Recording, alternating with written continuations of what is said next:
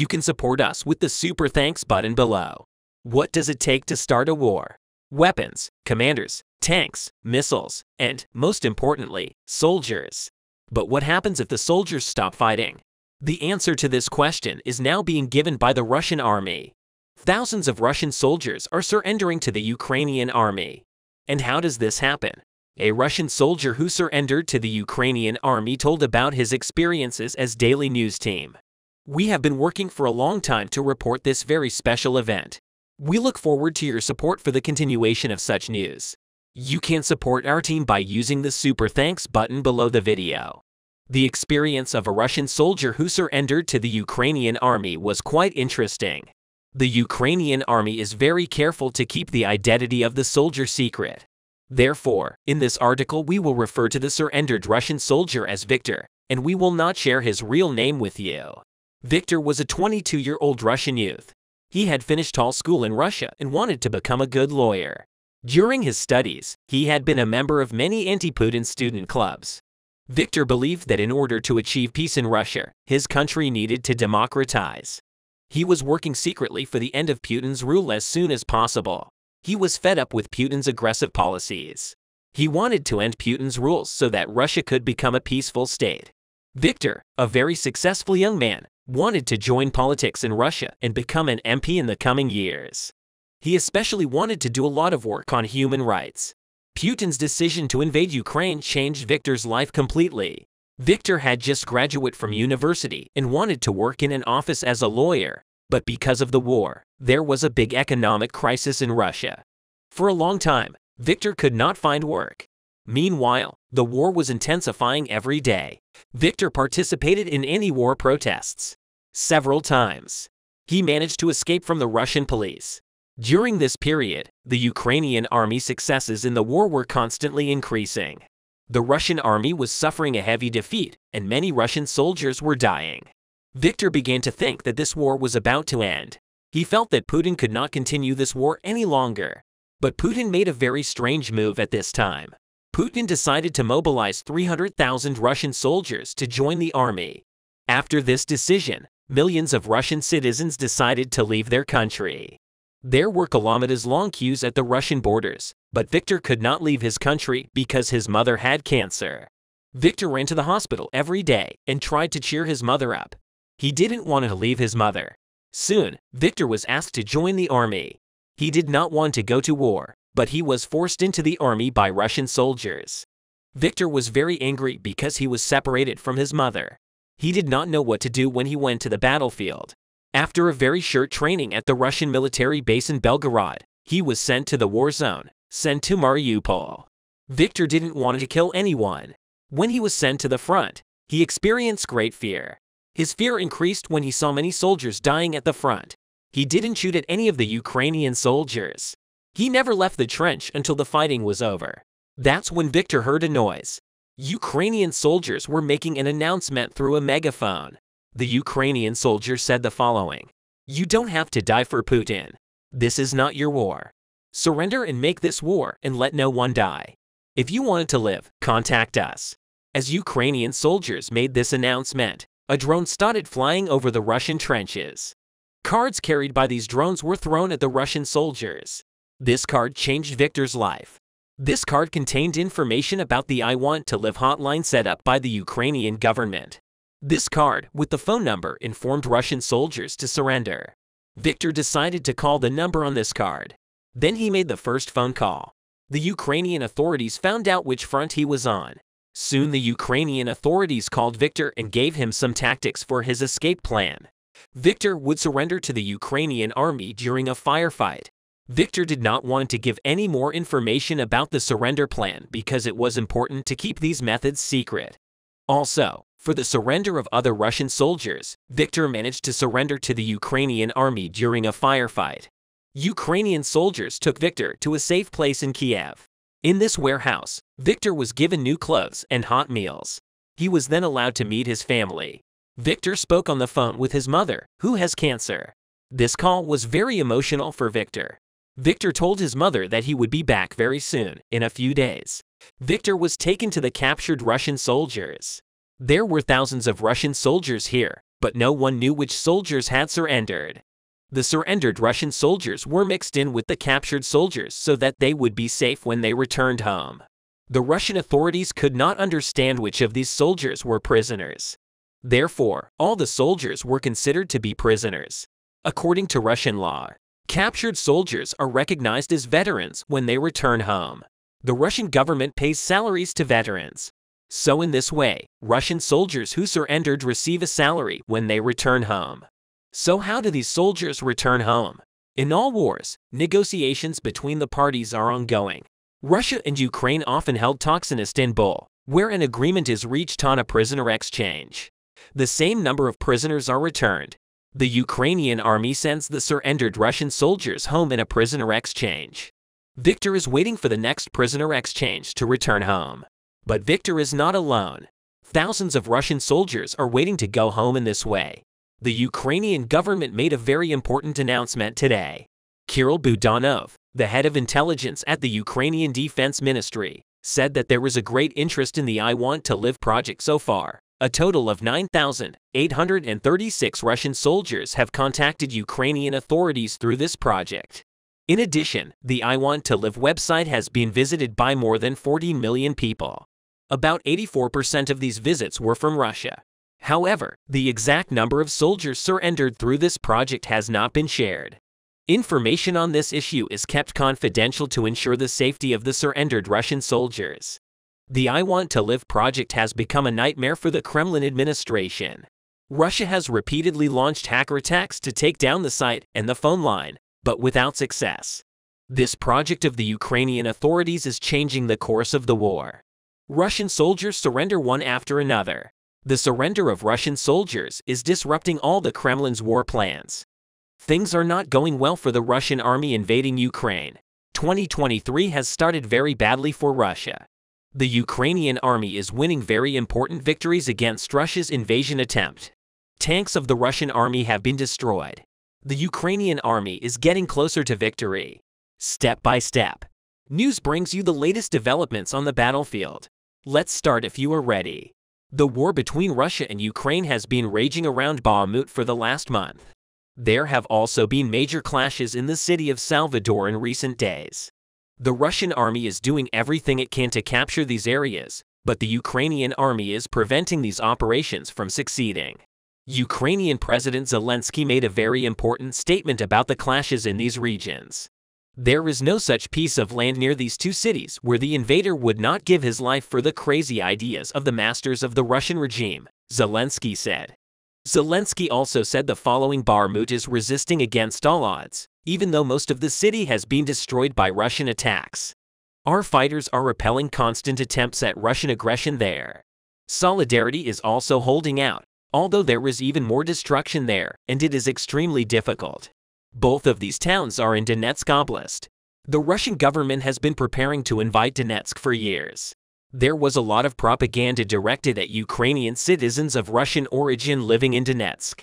However, the Ukrainian people never supported Russia's invasion attempt. The Ukrainian army carried out important operations in these regions. Russia was planning to invade Ukraine and take over the whole country after the successful resistance of the Ukrainian army. It revised its goals. The Kremlin administration decided to annex Donetsk, Luhansk, Zaporizhia, and Kherson regions in Ukraine. However, the Ukrainian government did not recognize this decision and continued its operations. Russia was forced to withdraw from Kherson, but fighting continues in other three regions. It is not a coincidence that the fighting has continued in the Donetsk region in recent days.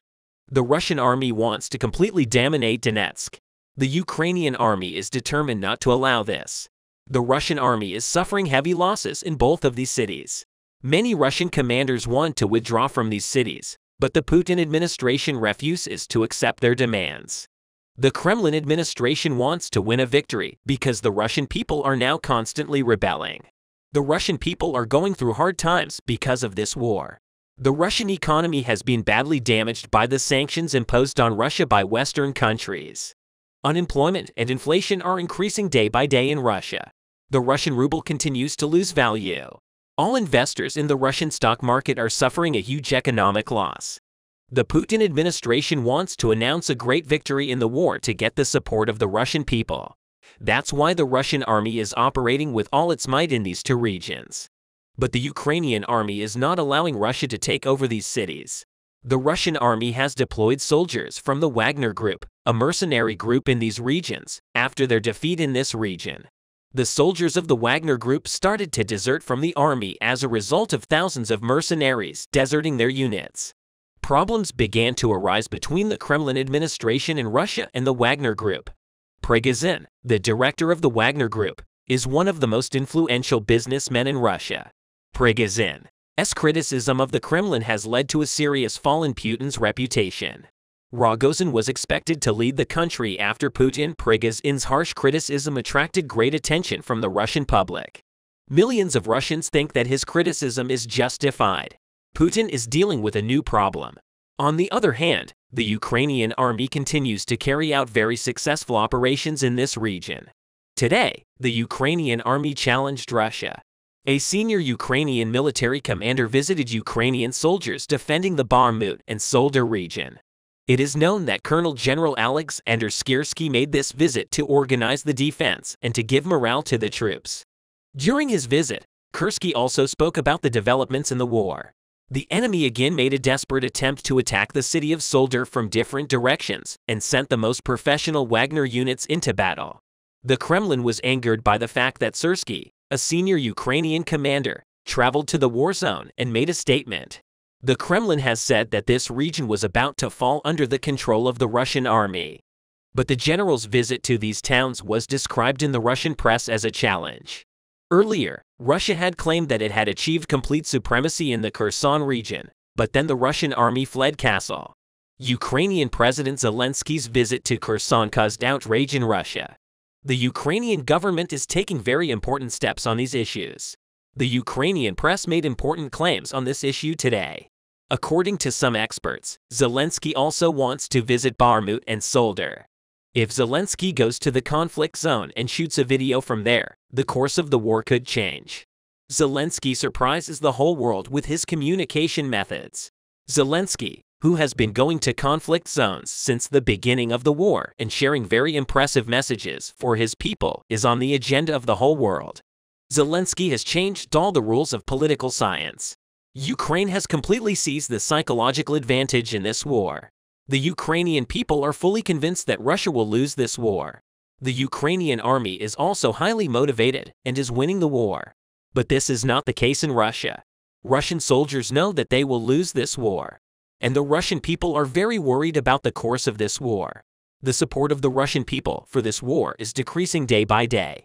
This situation is making Putin's job harder in Russia. Putin knows very well that he cannot win this war without the support of the Russian people. But a significant part of the Russian people continue to oppose this war. There are anti-war protests in dozens of places in Russia, including the Red Square in Moscow. Putin can no longer suppress these protests. Putin has been commissioning fake news that he has won a great victory in this war. But the Ukrainian government is succeeding in exposing this fake news. The Ukrainian authorities made a very important announcement today.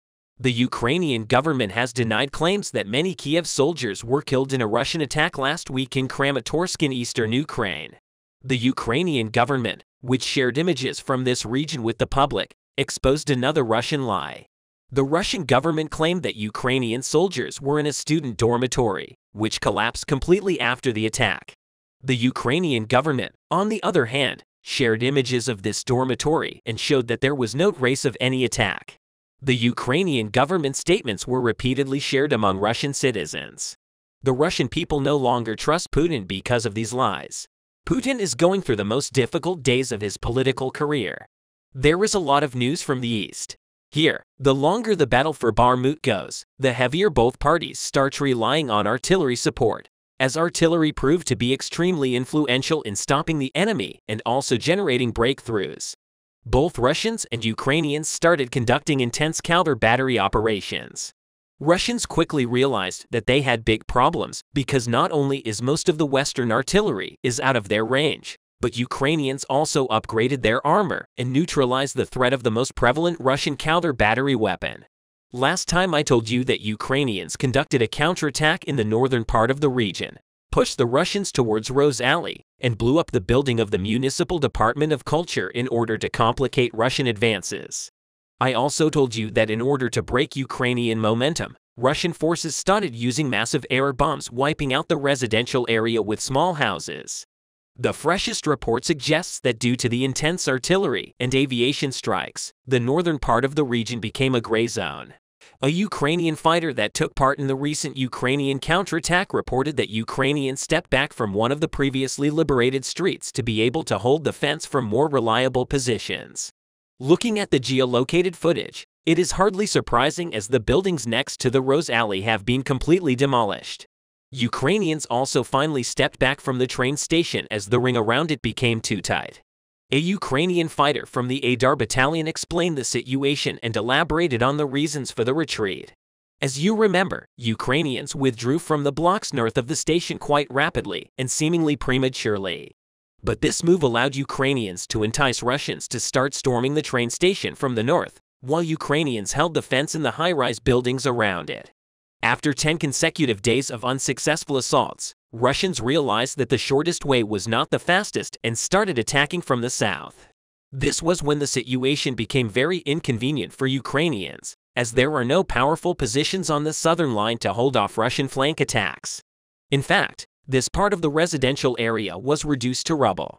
Ukrainian artillery crews from the 93rd Mechanized Brigade were eliminating Russian forces' concentrations here, but some units still managed to cause trouble for some time.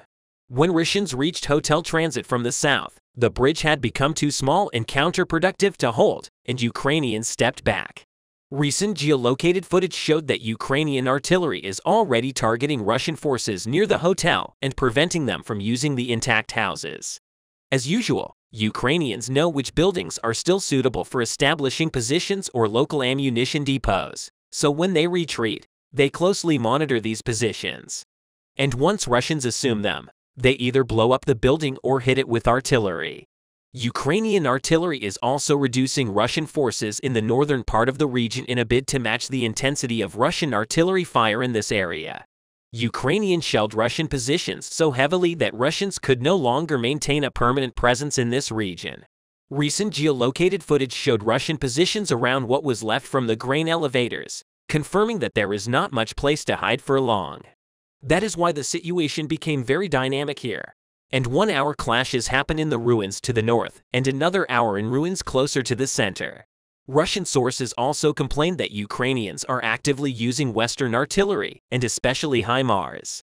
Today's footage from the Bakhmut direction indeed confirms that Ukrainians are increasingly targeting Russian concentrations of manpower and equipment, and not only those located in Bakhmut but also Solder, Klanova, and Pokrovskaya. The reason why Russians are apprehensive about Western artillery is that it is usually stationed out of reach of their artillery, which does not allow them to conduct counter battery fire for the most part. Russians are using kamikaze drones in order to take out Ukrainian long-range artillery. Russian sources published a number of videos showing how their Landsets destroyed M777 and other artillery systems. However, this tactic very quickly became inefficient because Ukrainians learned how to catch these drones in order to prevent unpleasant surprises. Ukrainians started establishing nets on top of the artillery systems. Some Ukrainians even established nets on the machines themselves as the second layer of armor because it takes time to set up nets on a new position, making the artillery vulnerable during the position changes. Russians tried to adapt and started using highly skilled drone operators for counter-battery missions who could attack artillery by using a more sophisticated trajectory. However, Ukrainians adapted to that as well and started creating all-round mobile cages. Russian forces struggled to mirror Ukrainian tactics because of the bureaucracy of the Russian Ministry of Defense, which only allows going by the book and is very stiff when it comes to innovation. Some volunteers started providing them with nuts regardless, but the extent to which it influences the situation is negligible. That is why, for the most part, Russians are relying on air defense, and such a heavy reliance on air defense puts a further strain on the availability of the systems, which forces them to spread them thinly and decreases the protection against concentrated strikes. Russians understand this, and they have already deployed as many of them as possible, and even canceled the export of batteries to other countries. And the declining export of weapons in turn puts fiscal pressure on the state. What do you think about this? As Daily News Team, we will continue to closely follow the developments in Russia and bring you the latest news. Our team spends a great deal of effort to prepare these news. You can support our team for the development of independent journalism. For this, you can use the Super Thanks button below the video. We also carefully read your comments on our news. We would like to know what you think about this incident. What do you think was the purpose of this attack? What do you think about the explosions in Russia, and how do you think this will affect the course of the war? Share your thoughts with us. Follow us for more updates.